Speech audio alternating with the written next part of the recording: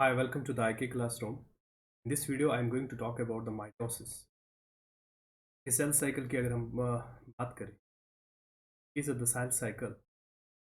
Cell cycle में जो है ना basically cell cycle is divided into two phase. One phase that's called as the interphase. The second is called as the M phase. ठीक है, अगर मैं interphase की बात करूं तो इसमें हमारा जो है ना जी नॉट फेज आएगा, then there is G1, there is S phase and then there is G. वो जो इंटरफेज है, अगर मैं माइटोसिस की प्रोसेस की बात करूं या मियोसिस प्रोसेस की बात करूं, तो ये दोनों प्रोसेस में जो है वो सेम रहेगा। That means it is common to both mitosis and the meiosis. तो ये प्रोसेस जो है ना दोनों में कॉमन है। तो इसमें जो है जो G1 G2 है, these are the growth phase. इसमें जो एस फेज है, that's the phase of synthesis, जिसमें जो है ना प्रोसेस ऑफ रेप्लिकेशन होगा। हर कोई क्रोमोसोम जो है ना वो अपनी रेप्लिका बनाए। ऑन द अदर हैंड अगर हम एम फेज की बात करें, ना एम फेज जो है ना वो डिपेंड करता है कि ये सेल जो है ना माइटोसिस का प्रोसेस कर रही है या मियोसिस का प्रोसेस कर। तो अगर माइटोसिस का प्रोसेस यहाँ पे हो रहा है तो यहाँ पे जो फेज इसमें होंगे दैट्स अ पी मैट। तो पी मैट से याद रख, that's a prophase, metaphase, antelope. तो आज हम बात करने जा रहे हैं माइटोसिस की। तो अगर अगर मैं माइटोसिस की बात करूँ, सबसे पहले जो माइटोसिस है, this process occurs in all eukaryotes. The process of mitosis occurs in all eukaryotes. That is both multicellular as well as unicellular. Multicellular. Number second, this the process of mitosis. It will occur in uh, the organisms which are monoploid, are diploid, polyploid. कोई भी पोलाइडी level हो, उसमें जो है ना mitosis जो है, in case of the mitosis there is one round of replication. एक बार रेप्लिकेशन होगा and there is one round of segregation. और माइटोसिस में जो है ना सेग्रीगेशन भी एक ही बार होगा। और यहाँ पे जो सेग्रीगेशन होता है, that's the segregation of sister chromatid. So there is one round of replication and one round of segregation, and that's the segregation. In case of the mitosis, one cell give us two cells. जब एक cell divide करेगी तो उससे जो है ना दो sales बनेंगे। लेकिन जो ये दो सेल्स बनेंगे, सपोज यहाँ पे मैं जो है ना डिप्लॉयड सेल ले रहा हूँ, तो this is the mother cell. जब इसमें डिवीजन का प्रोसेस होगा, डिवीजन के प्रोसेस के बाद मुझे यहाँ से दो सेल्स मिलेंगी जिन्हें हम डॉटर सेल्स कहते हैं। जो डॉटर सेल्स हैं, in case of the daughter cell जो जेनेटिक मेकअप है वो सिमिलर होगा एज देयर मदर। यानी जो मदर सेल में जेनेटिक मेकअप है वही जेनेटिक मेकअप जो है ना डॉटर सेल में भी मिलेगा। यानी यहाँ पे कोई चेंज नहीं होगी इन द जेनेटिक में। तो there is no change genetically, no change genetically. So since there is no change genetically, we call it as the equational division. This is the equational division. क्योंकि जो daughter cells हैं वो जो है ना equal number of chromosome मिल रही है, यानी जो मदर सेल के पास क्रोमोसोम है वही इनके पास। दैट मीन्स अगर फॉर एग्जांपल उसको मैं ऐसे दिखा दूँ कि अगर मैं एक डिप्लॉयड सेल ले रहा हूँ, क्रोमोसोम नंबर 1, नंबर 2, तो एक डिप्लॉयड ऑर्गेनिज्म है। तो इस केस में जब यहाँ पे डिवीजन का प्रोसेस होगा, तो डिवीजन के प्रोसेस में मुझे दो सेल्स यहाँ पे मिले। जो फर्स्ट सेल है उसका जेनेटिक मेकअप भी इससे ऐसा ही होगा, जो दूसरी सेल है उसका जेनेटिक मेकअप भी ऐसा ही। तो अगर मैं यहाँ पे बात करूँ, जो ऑर्गेनिज्म ये जो मदर सेल है is diploid and the amount of DNA is 2C। That mean 4 DNA यहाँ पे 4 क्रोमोसोम। और यहाँ पे भी आप देखो 4 क्रोमोसोम है, ऑब्वियसली जो है ना 4 डीएनए। तो यहाँ पे भी यही केस है। तो सिमिलर आपको यहाँ पे मिल रहा है, that's why it's a equation. Let's understand ये सब प्रोसेस होगा। I will start with the G naught phase. देखिए जो जी नॉट फेज है, मान लीजिए जो सेल है वो जी नॉट फेज में, क्रोमोसोम नंबर 1।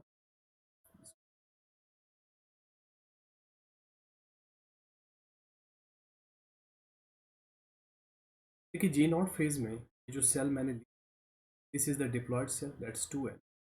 जो अमाउंट ऑफ डीएनए है that's 2। Then this cell will go into the G1।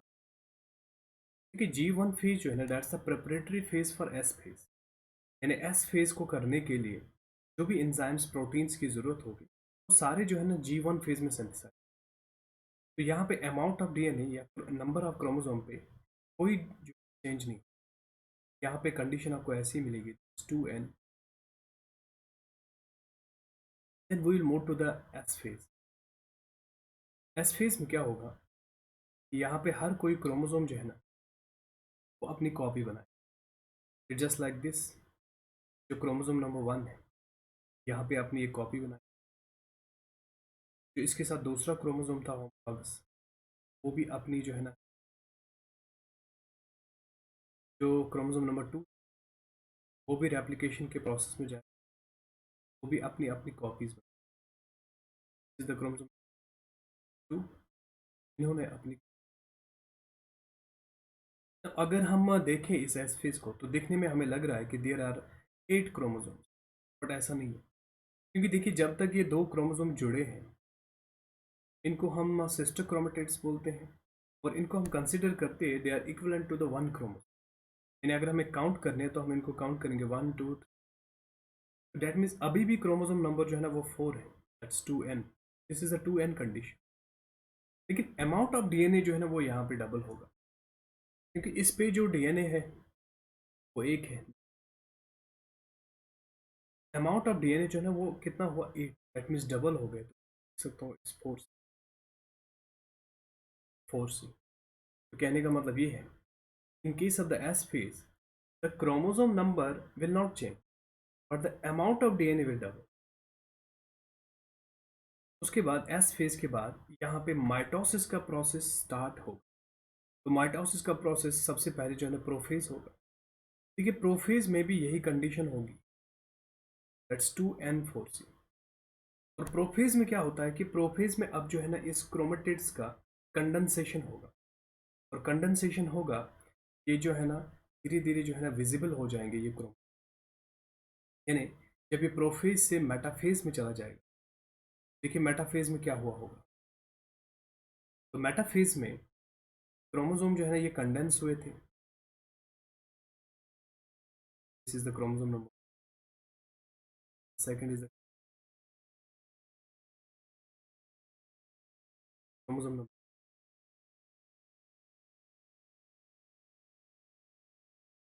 This is the.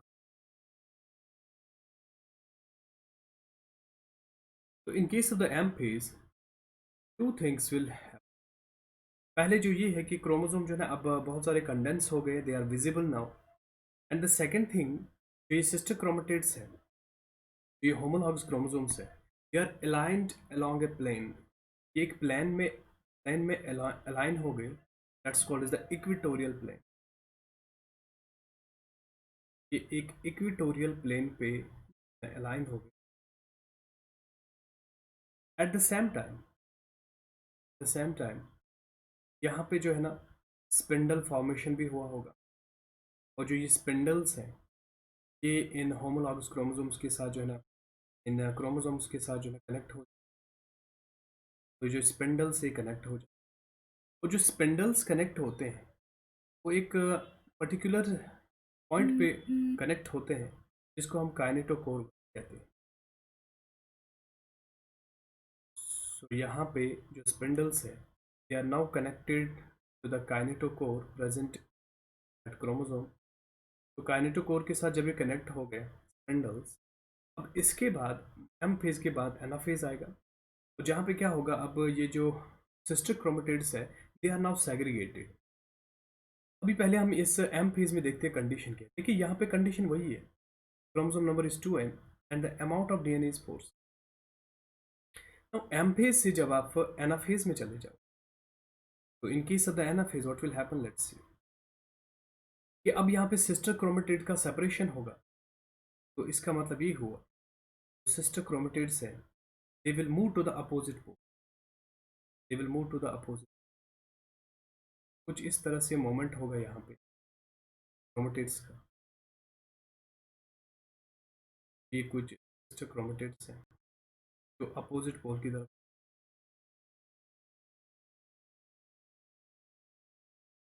पोल की तरफ सिस्टर क्रोमेटिड्स।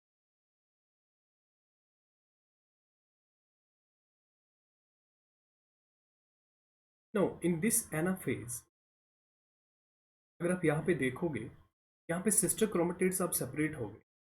तो अब यहाँ पे जो ये दो सिस्टर क्रोमेटिड जुड़े थे जिनको हम एक क्रोमोसोम कंसिडर करते थे, अब हम एक क्रोमोसोम कंसिडर नहीं करना, अब हम ये अलग अलग कंसिडर करें।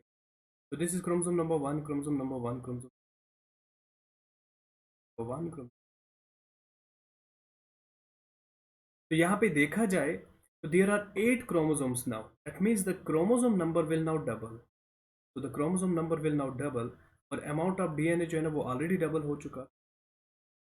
दैट मीन्स अगर आप देखोगे यहाँ पे 8 क्रोमोसोम्स हैं, that's a 4n condition, and at the same time अगर अमाउंट ऑफ डीएनए देखें तो दैट्स द 4। तो यहाँ पे इन केस ऑफ द एनाफेज जो क्रोमोसोम नंबर है वो डबल हो जाता है, और अमाउंट ऑफ डीएनए जो है ना वो ऑलरेडी डबल हुआ था किसमें, एस। अब एनाफेज के बाद यहाँ पे टीलोफेज आएगा। So what will happen in the telophase, telophase में क्या होगा, जो एनाफेज की तरफ क्रोमोसोम्स मूव किए थे, सॉरी जो पोल्स की तरफ क्रोमोसोम्स मूव किए थे, तो उनके इर्द गिर्द जो है न्यूक्लियर मेम्ब्रेन डेवलप होगा। तो जब न्यूक्लियर मेम्ब्रेन डेवलप हुआ तो कुछ इस तरह से, तो जो ऊपर के क्रोमोसोम्स है वो इसमें आएंगे, that's chromosome number one, chromosome number two, इसी तरह यहाँ पे भी क्रोमोसोम नंबर वन। उसके बाद दिस इज द टीलोफेज।